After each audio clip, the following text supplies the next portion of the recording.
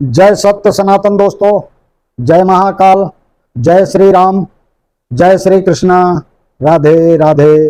दोस्तों, मैं Angad Pandey, astrologist and मैथोलॉजिस्ट, Hindutva की पुकार में आपका स्वागत है। कैसे हैं आप सब? आशा करता हूं कि स्वस्थ होंगे, मस्त होंगे। दोस्तों, आज हम करवा चौथ व्रत कथा सुनाने वाले हैं। हमारी माताएं बहनें जो करवा चौथ का व्रत रखी हुई हैं, उनके लिए आज का एपिसोड है। लास्ट तक बने रहें दोस्तों, यानी पूरा वीडियो देखें। और जो मित्र चैनल में पहली बार आए हैं तो प्लीज चैनल को सब्सक्राइब कर लें, बेल आइकन बटन अवश्य दबा दें दोस्तों। और पुराने मित्र तो चैनल को सब्सक्राइब कर ही लिए होंगे, यदि नहीं किए हैं तो प्लीज आप भी चैनल को सब्सक्राइब कर लें। और दोस्तों, खूब शेयर करें, WhatsApp, Instagram, Facebook group, WhatsApp group. और अपनी माताओं बहनों से निवेदन करना चाहता हूं कि ये वीडियो कम से कम 5 लोगों को शेयर कर दें।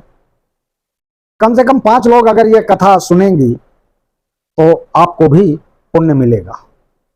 मैं वो नहीं कहता कि बहुत जरूरी है 5 लोगों को सुनाना, नहीं नुकसान होगा। नुकसान हो आपके दुश्मन को, नुकसान नहीं होगा। अगर दिल करे तो शेयर कर दें। तो अब हम पहले मुहूर्त बता देते हैं। हालांकि कल के वीडियो में मैं मुहूर्त बता चुका हूं।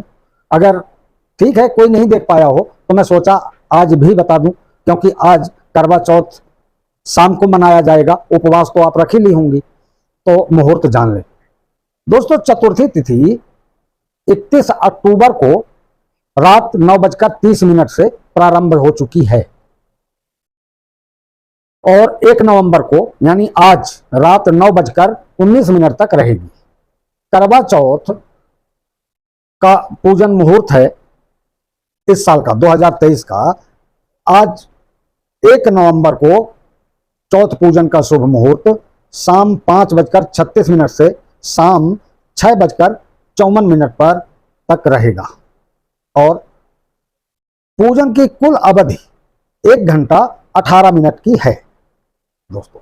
अब दोस्तों, मैं आप लोगों को करवा चौथ की कथा सुनाना चाहता हूं। जो मेरा आज का उद्देश्य है, मुहूर्त तो मैं कल भी बता चुका था, लेकिन कथा गौर से सुने। तो अब दोस्तों, ये करवा चौथ की कहानी कथा अवश्य सुने, ध्यान से सुने। बहुत समय पहले की बात है।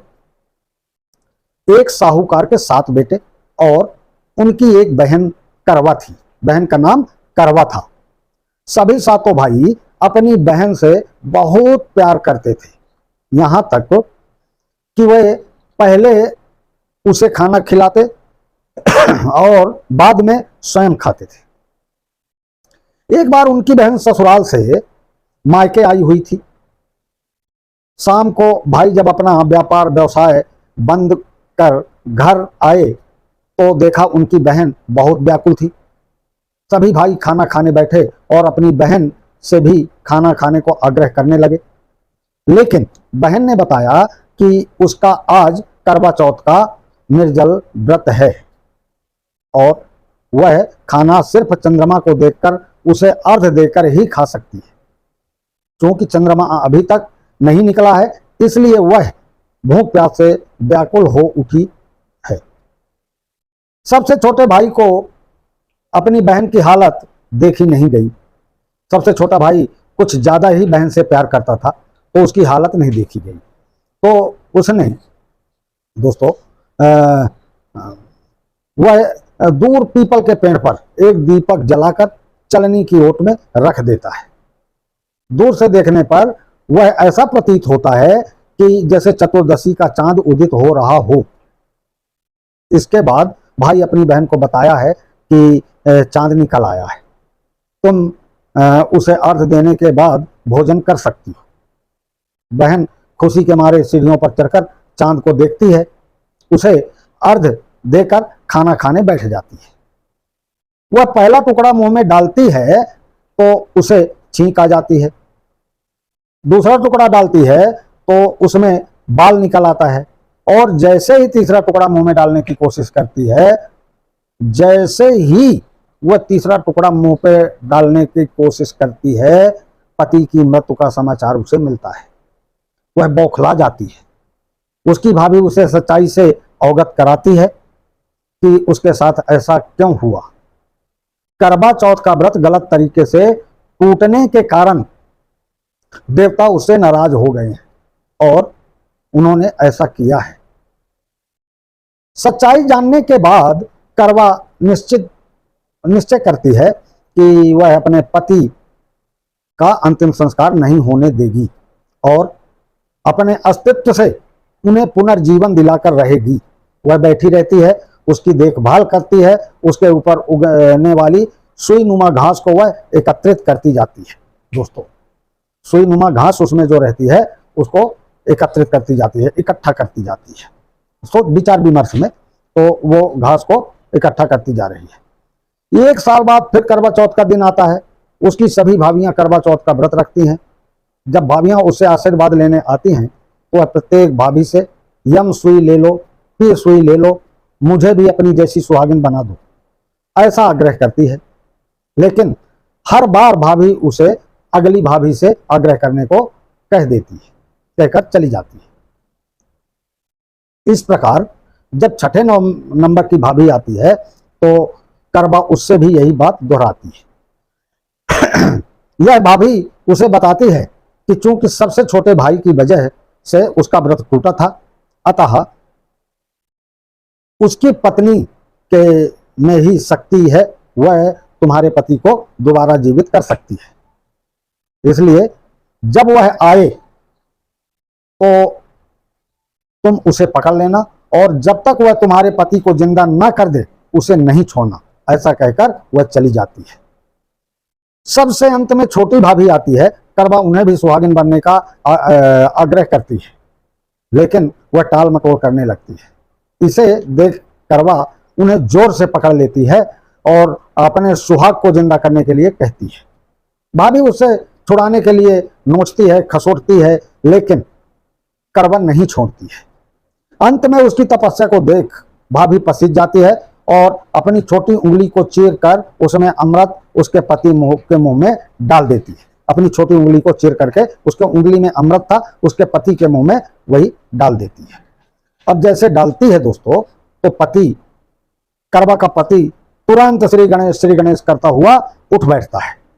इस प्रकार प्रभु कृपा से उसकी छोटी भाभी के माध्यम से करवा को अपना सुहाग वापस मिल जाता है। हे श्री गणेश, मां गौरी, जिस प्रकार करवा को चिर सुहागन का वरदान आपसे मिला है, वैसा ही सब सुहागिनों को मिले। अब दोस्तों पूजन विधि जान ले, फिर मैं वाणी को विराम देता हूं। हालांकि पूजन विधि आप लोग सब करते ही होंगे, लेकिन अब मैं सोचा बता ही दूं। करवा चौथ की पूजा के लिए घर के उत्तर पूर्व दिशा के कोने को अच्छे से साफ करके लकड़ी का पाटा बिछाकर उस पर शिव जी, मां गौरी और गणेश जी की प्रतिमा तस्वीर चित्र स्थापित कर दें।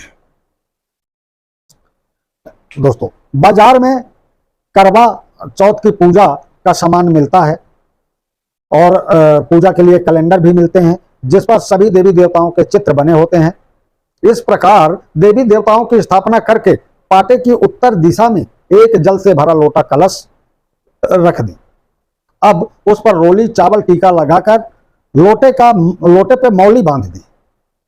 कुछ लोग कलश के आगे मिट्टी से बनी गौरी जी की सुपारी और मौली लपेट कर भी रखते हैं। इस प्रकार कलश की स्थापना के बाद मां गौरी की पूजा करनी चाहिए और उन्हें सिंदूर चढ़ाना चाहिए। इस दिन चीनी से बने करवे की पूजा में बहुत महत्व होता है दोस्तों।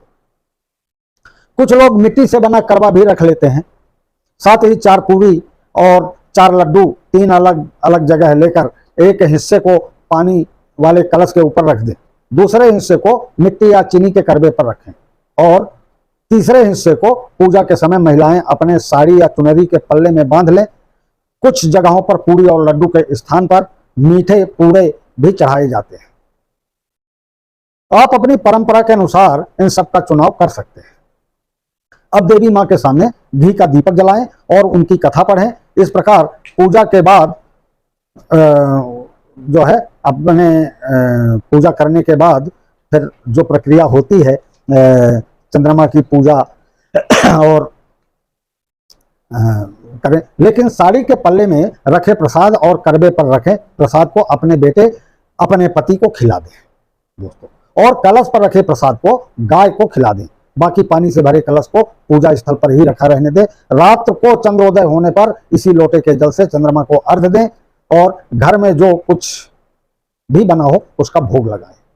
इसके बाद व्रत का पारण करें। बता दें कि 1 नवंबर को दिन चंद्रोदय रात 8 बजे होगा दोस्तों। यदि वीडियो पसंद आया हो तो चैनल को सब्सक्राइब करें, बेल आइकन बटन अवश्य दबाएं और दोस्तों कम से कम 5 लोगों को शेयर जरूर करें। जय हिंद, जय भारत, जय जय श्री राम।